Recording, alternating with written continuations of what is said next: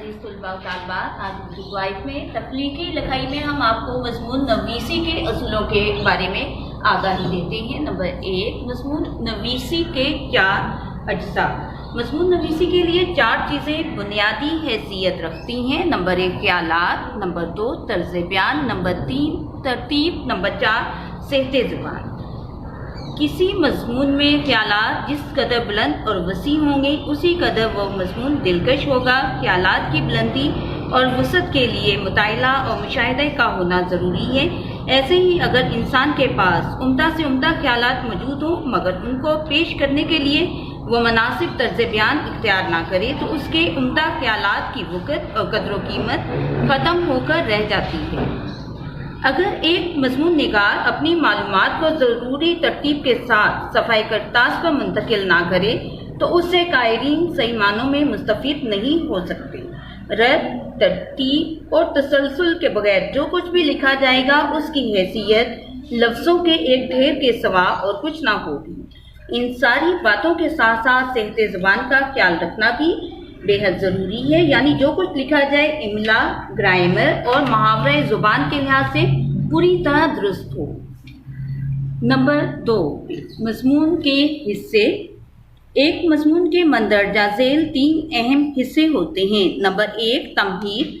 Number 2, नफ्स मज़मून। Number 3, खात्मा। Number 1, तमहीद। असल मज़मून शुरू करने से पहले चंद सत्रों में अपने मौजू की तरफ इशारा करने का नाम तमहीद है। इससे पढ़ने वाले की तबीयत आने वाले बयान की तरफ माइल हो जाती है। तमहीद के बगैर मज़मून ऐसा ही है जैसे चेहरे के बगैर जिस्म। इसलिए मज़मून के आगाज़ में एक तमहीदी पैराग्राफ ज़रूर लिखिए। तमहीद तवील नहीं होनी चाहिए बल्कि इसका मुख्तसर और दिलचस्प होना ज़रूरी है। मज़मून का अंदाज़ा आमतौर पर तमहीद ही से लगाया जाता है। नंबर 2, नफ्स मज़मून। यह हिस्सा मज़मून का असल सबसे अहम और मरकज़ी हिस्सा होता है। इसको बड़ी मेहनत और तवज्जो से लिखना चाहिए। नफ्स मज़मून एक ही पैराग्राफ पर मुश्तमिल नहीं होता बल्कि हस्बे ज़रूरत इसे कई पैराग्राफों में तकसीम कर लिया जाता है। नंबर 3, खात्मा। ये मज़मून का आखिरी हिस्सा होता है। इसे हम पूरे मज़मून का हासिल या निचोड़ कह सकते हैं। जिस तरह मज़मून की तमहीद का मुख्तसर और दिलकश होना ज़रूरी है इसी तरह मज़मून का इख्तिताम भी बड़ा मौसर और दिलपज़ीर होना चाहिए। और अगलात की दुरुस्तगी। मज़मून मुकम्मल करने के बाद इस पर एक बार नज़रसानी करना ज़रूरी है ताकि अगलात की दुरुस्तगी की जा सके। नंबर 8, खुशखती का ख्याल। मज़मून लिखते वक्त खुशखती का लिहाज रखना लाजमी है ताकि पढ़ते वक्त दिक्कत महसूस ना हो। मज़मून का साफ़ सुथरा होना असद ज़रूरी है।